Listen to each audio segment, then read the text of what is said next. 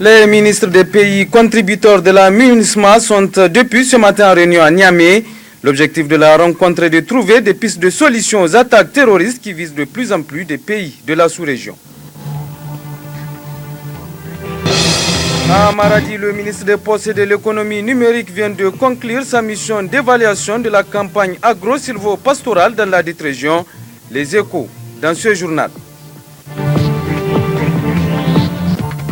Pendant ce temps, le réseau des journalistes pour l'eau et l'assainissement, le REGE, a ouvert à Tawa les travaux de son atelier de formation sur l'approche assainissement total pilotée par la communauté. Les précisions dans un instant. Mesdames et messieurs, bonsoir et merci d'être avec nous pour cette grande édition d'information. Le président de la République, El Hadj Issoufou Mahamadou, était ce matin l'hôte des populations du département de Gaya. Le chef de l'État est allé échanger avec ces populations sur diverses questions relatives à la vie de la nation et surtout de l'ambitieux programme de renaissance du Niger. Suivons le point du trajet du chef de l'État avec Tahirou Amadou.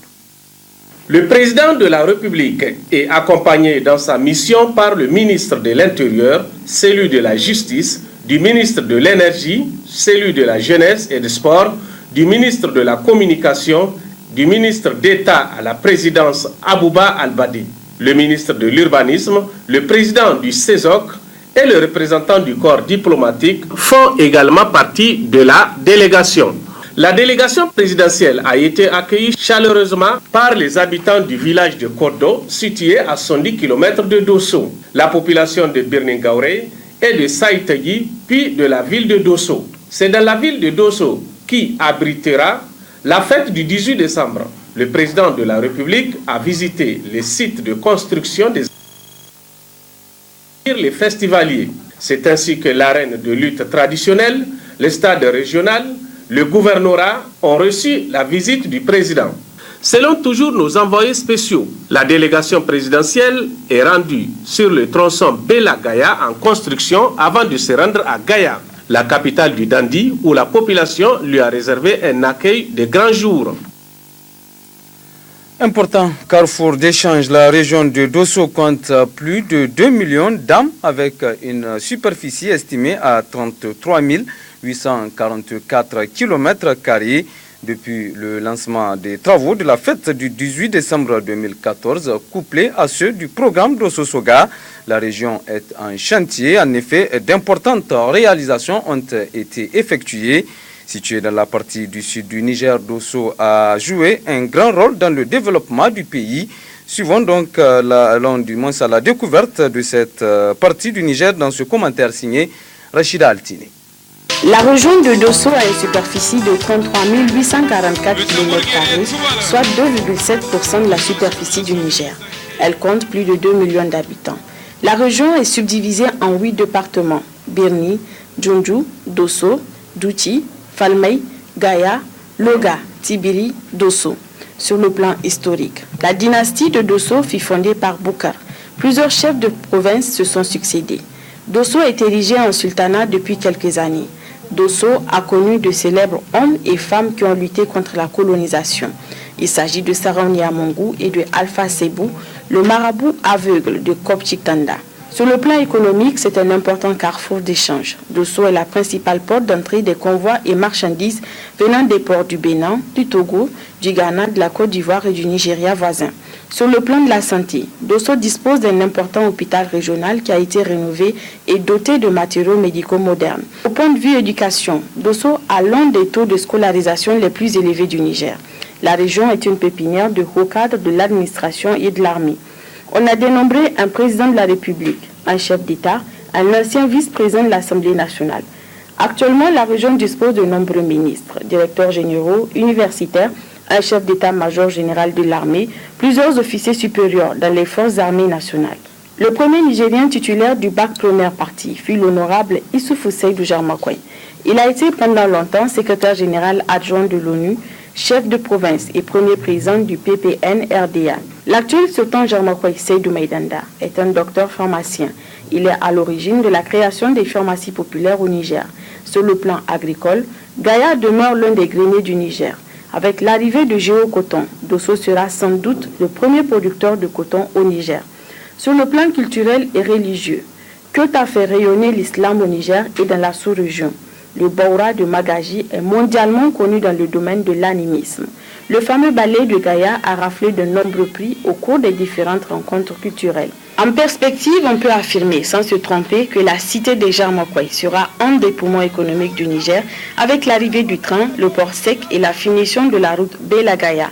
Avec les différentes réalisations d'infrastructures nouvelles, Dosso sera sans doute une ville où il fera bon vivre et attrayante pour les touristes.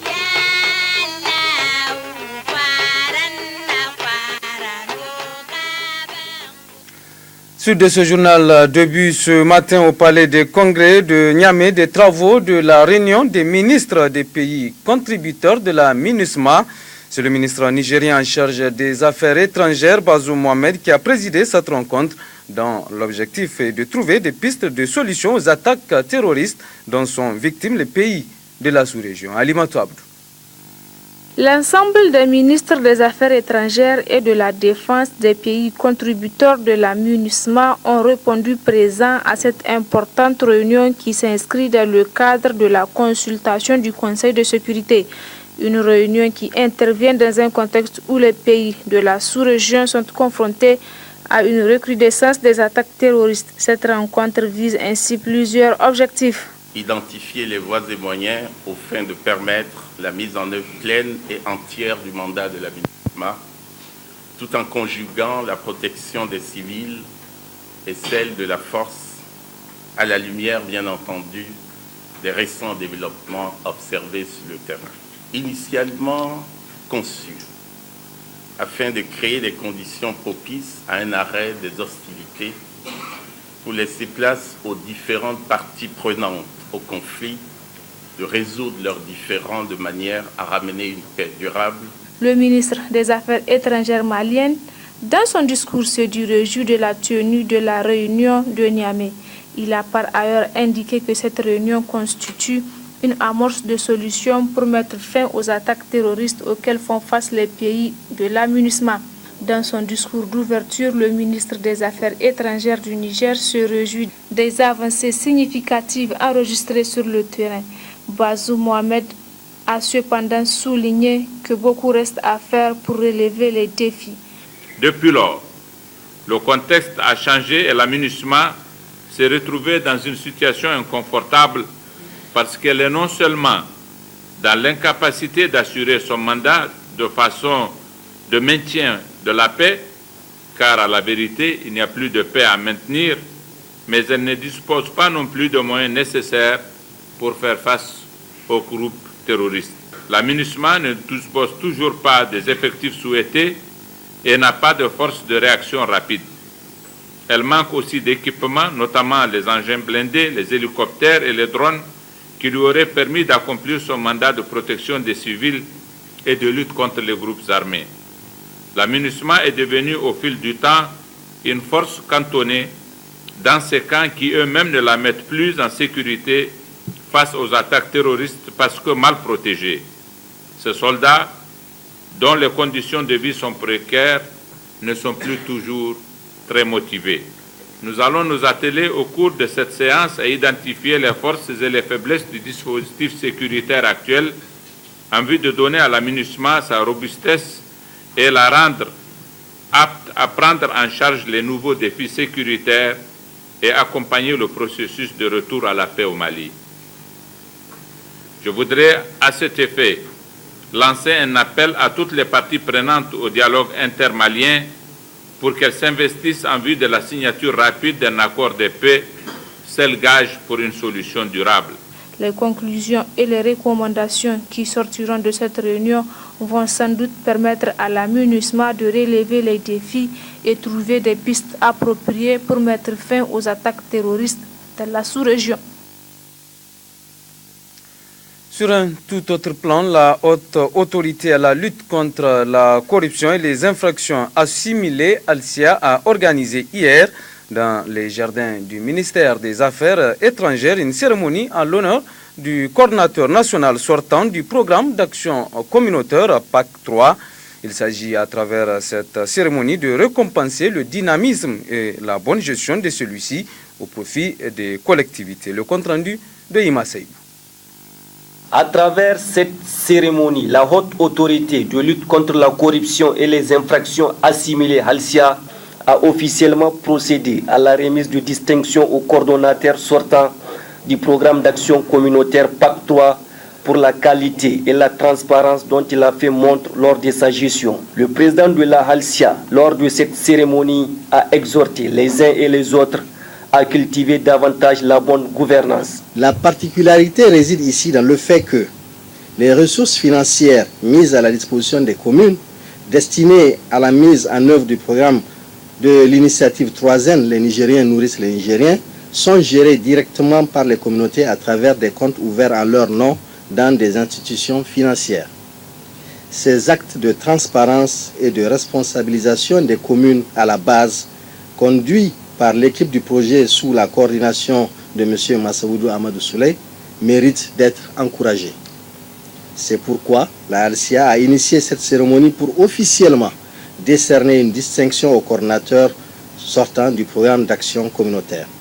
Il s'agit à travers cette cérémonie d'inciter les agents, à quelque niveau de responsabilité qu'ils se trouvent, à cultiver les valeurs de transparence, d'intégrité et de redevabilité qui sont essentielles dans la consolidation de la bonne gouvernance. Le président de l'association des municipalités du Niger a quant à lui salué et remercié le coordonnateur sortant pour sa bonne gestion et surtout pour son soutien inestimable aux collectivités territoriales. Le ministre d'État, ministre de l'Agriculture, a mentionné la présence massive du PAC 3 dans les 8 régions du pays, contribuant ainsi à accompagner les efforts du gouvernement en matière de gouvernance et d'investissement dans le milieu rural.